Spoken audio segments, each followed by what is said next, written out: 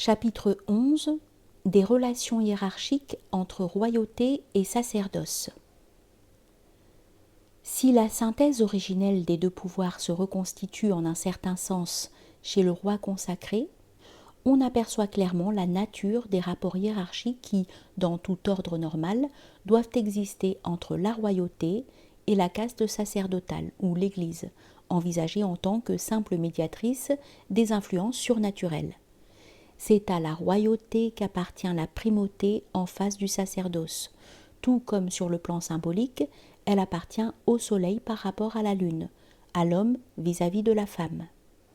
D'un certain point de vue, il s'agit de la même primauté traditionnellement reconnue à la royauté sacerdotale de Melchisédek, sacrificateur du Très-Haut, Dieu de la victoire.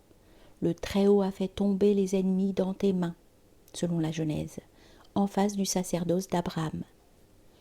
Comme nous l'avons dit, les défenseurs médiévaux de l'idée impériale n'ont pas manqué de se référer parfois au symbole de Melchisédek pour revendiquer vis-à-vis de l'Église la dignité et le droit surnaturel de la royauté. Pour en revenir à des civilisations purement traditionnelles, il ressort de certains textes ariens, plus précisément indo-ariens, que même dans une civilisation dont le caractère semblerait à première vue essentiellement sacerdotal, subsiste en une large mesure la notion du juste rapport entre les deux dignités. Il s'agit des textes déjà cités où il est dit que la race des divinités guerrières naquit de Brahman comme une forme plus haute et plus parfaite que lui-même.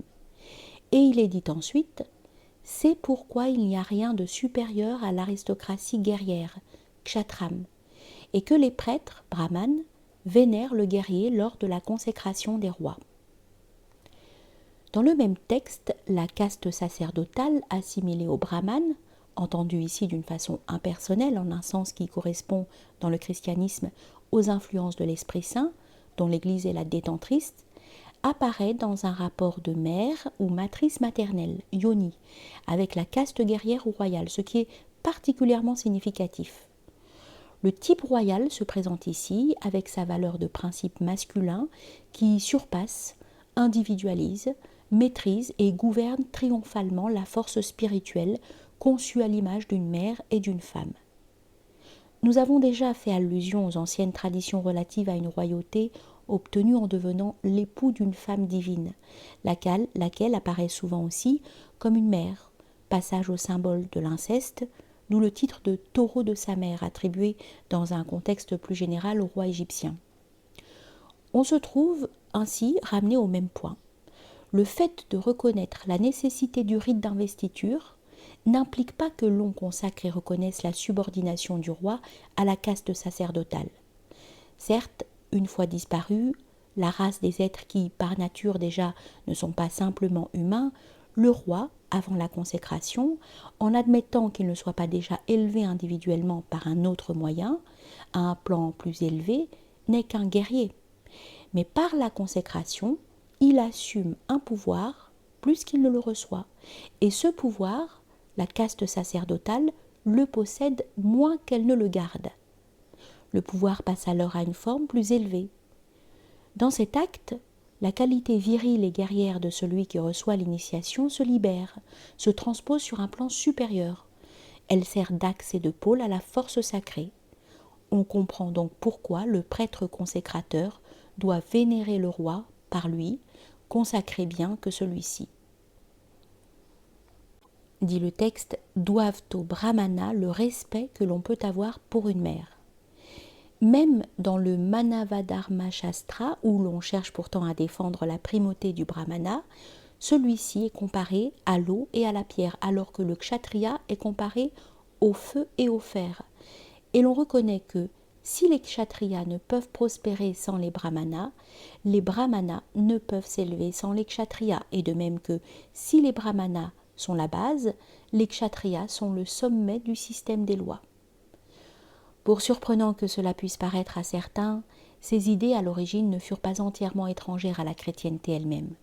Selon le témoignage des Guinards, après que Charlemagne eut été consacré et acclamé selon la formule « À Charles Auguste couronné par Dieu, grand et pacifique empereur des Romains, vie et victoire », le pape se prosterna devant Charles, selon le rite établi au temps des anciens empereurs. En outre, au temps de Charlemagne et de Louis le Pieux, comme aussi chez les empereurs romains et byzantins chrétiens, les conciles ecclésiastiques étaient intimés ou autorisés et présidés par le prince à qui les évêques allaient soumettre leurs conclusions, non seulement en matière de discipline, mais aussi en matière de foi et de doctrine, en utilisant la formule « Ô Seigneur et Empereur », pour que sa sagesse y ajoute ce qui manque, y corrige ce qui est contre la raison, etc. Cela signifie donc que l'on reconnaissait encore au souverain, même dans le domaine de la sagesse, comme un écho de l'antique primauté et une imprescriptible autorité à l'égard du sacerdoce. La liturgie de la puissance, propre à la tradition primordiale, subsiste. Ce n'est pas un païen, mais un catholique bossuet qui a déclaré à une époque déjà moderne que le souverain est l'image de Dieu sur la terre, allant même jusqu'à s'écrier « Vous êtes des dieux, encore que vous mouriez et votre autorité ne meurt pas ».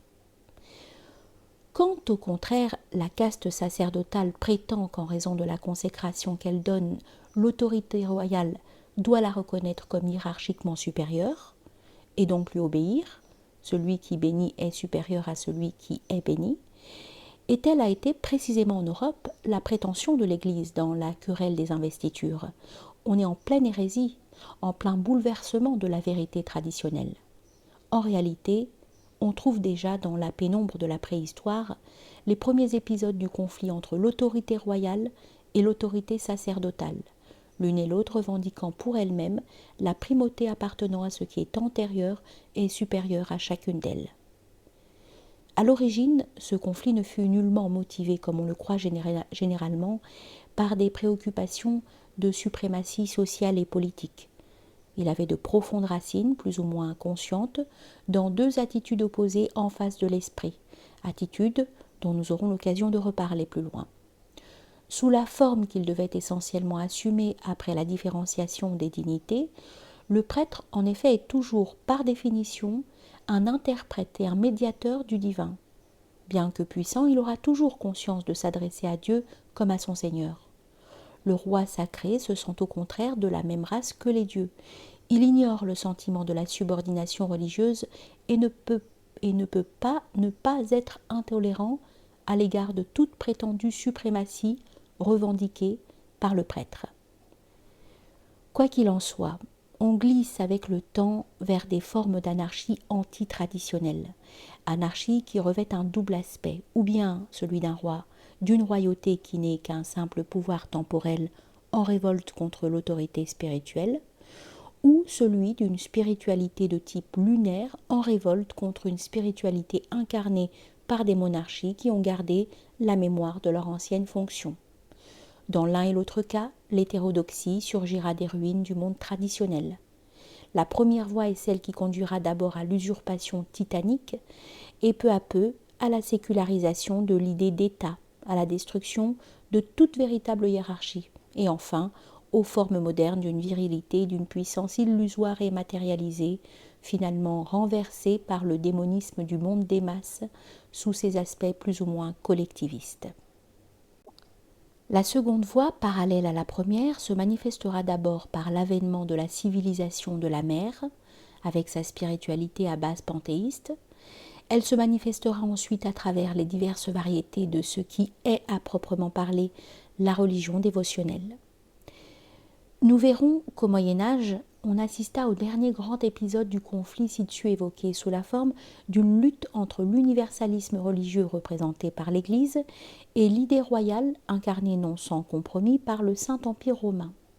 Idée selon laquelle l'empereur est effectivement le caput ecclesias, non selon le sens qu'il se substitue au chef de la hiérarchie sacerdotale, le pape, mais bien selon le sens que la fonction impériale est la seule avec laquelle la force portée par l'Église et animant la chrétienté peut s'unir en un rapport efficace de domination.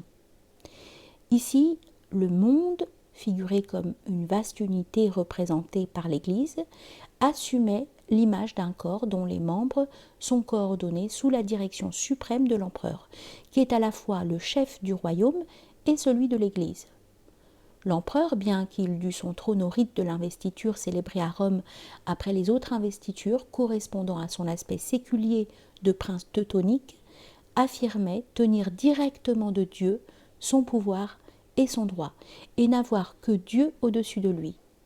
Le rôle du chef de la hiérarchie sacerdotale qui l'avait consacré ne pouvait donc être logiquement que celui d'un simple médiateur, incapable, selon la conception gibelline, de lui reprendre par l'excommunication la force surnaturelle désormais assumée. Avant que l'interprétation grégorienne ne vienne bouleverser l'essence même des symboles, l'ancienne tradition demeure, l'Empire, comme toujours et partout, étant assimilé au soleil et l'Église à la lune. D'autre part, même à l'époque de son plus grand prestige, l'Église s'attribua un symbolisme essentiellement féminin, celui d'une mère à l'égard du roi qui est son fils. Symbolisme où l'on retrouve précisément l'expression upanishadique « le brahman en tant que mère du kshatram », mais uni aux idéaux de suprématie d'une civilisation de type gynécocratique, subordination anti-héroïque du fils à la mère, droit de la mère. Du reste, le fait que le chef de la religion chrétienne, c'est-à-dire le pape, en assumant le titre de Pontifex Maximus, commette plus ou moins une usurpation, découle de ce qui a déjà été dit, à savoir que Pontifex Maximus fut originellement une fonction du roi et de l'Auguste romain. De même, les symboles caractéristiques de la papauté, comme la double clé et la nef, ont été pris dans l'ancien culte romain de Janus, dont on a déjà indiqué le rapport avec la fonction royale. La triple couronne elle-même correspond à une dignité qui n'est ni religieuse ni sacerdotale, mais essentiellement initiatique, celle de seigneur du centre, souverain des trois mondes. En tout ceci apparaissent donc clairement une distorsion et un déplacement abusif du plan qui, pour s'être réalisés obscurément, n'en sont pas moins réels et indiquent une déviation significative de la pure idée traditionnelle.